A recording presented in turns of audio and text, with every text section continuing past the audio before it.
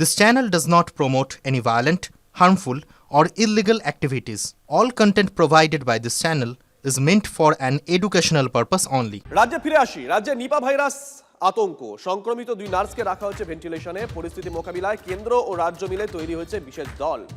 ডাক্তাররা বলছেন আতঙ্কিত নয়, সতর্ক থাকতে হবে আমাদের প্রত্যেককেই।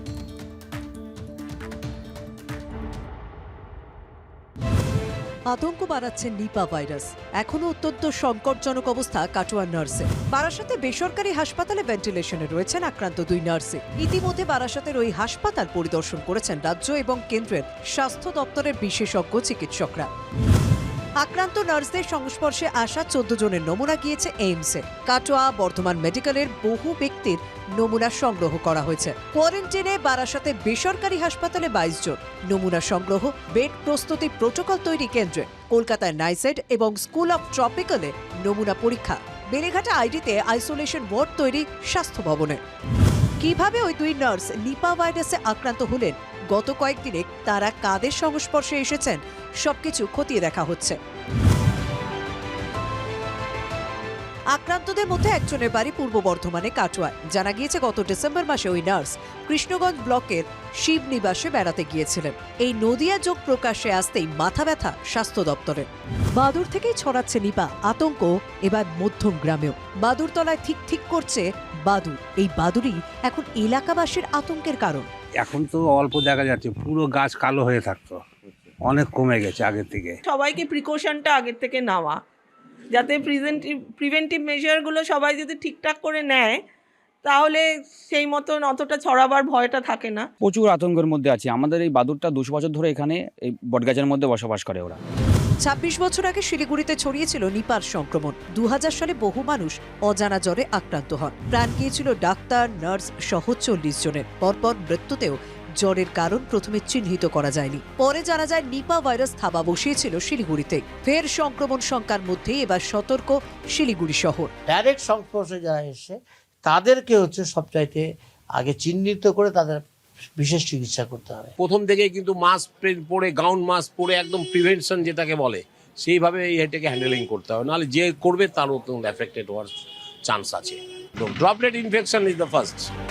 নিপা ভাইরাসে আতঙ্কিত নয়, দরকার সচেতনতা।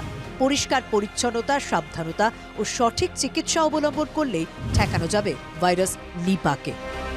TV9 বাংলা।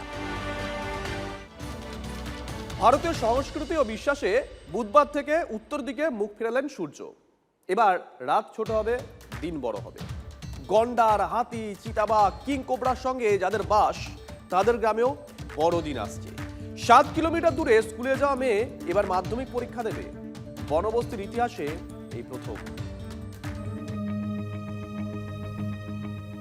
হাতিগন্ডারের ভয়ে কাবু গ্রাম। ভয়কে জয় করে জঙ্গলের অন্ধকার চিরে স্বপ্নের উড়ান ডুয়ার্সের কন্যা সুমিলা। গরুমারা জাতীয় উদ্যানের রামসাই বিটের বনবস্তি এলাকার বাসিন্দা। প্রান্তিক এই গ্রামের প্রথম মাধ্যমিক পরীক্ষার্থী। যাবতীয় প্রতিকূলতাকে দূরে ঠেলে এগিয়ে চলেছে সুমিলা। রামসাইয়ের পানবাড়ি ভবানী হাই স্কুলের ছাত্রী। বাবা বাইরে কর্মরত, মা চা বাগানের অস্থায়ী কর্মী। রোজ সাইকেলে 7 কিলোমিটার পথ পেরিয়ে পড়াশোনার যুদ্ধ।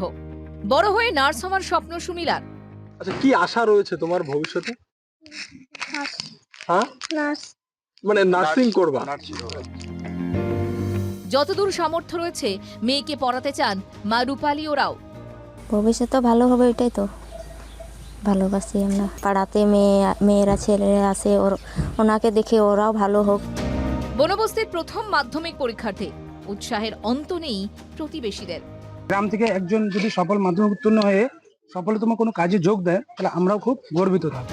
সুমিলার উচ্চশিক্ষার যাবতীয় দায়িত্ব নিয়েছেন আইনজীবী তথা সমাজসেবী দুলাল রায়। বিধানসভায় এই বনবস্তি গিরিবাসী ছেলেমেয়েদের শিক্ষার উন্নয়নে আলাদাভাবে প্যাকেজ তোলে।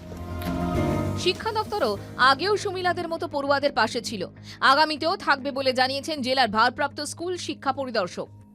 লড়াই করে উঠে আসা ছাত্রছাত্রীদের পাশে আমরা সবসময় আছি এবং তার যে কোনো অসুবিধায় আমরা পাশে থাকবো। 2রা ফেব্রুয়ারি থেকে মাধ্যমিক পরীক্ষা, হাতে আর কয়েকদিন। শেষ মুহূর্তের রিভিশনে চোখ সুমিলার। ডুয়ার্সের এই কন্যার হাত ধরেই গর্বিত হতে চায় বনবস্তি এলাকা। নীলেশ্বর সান্যাল, TV9 বাংলা, ময়নাগুড়ি।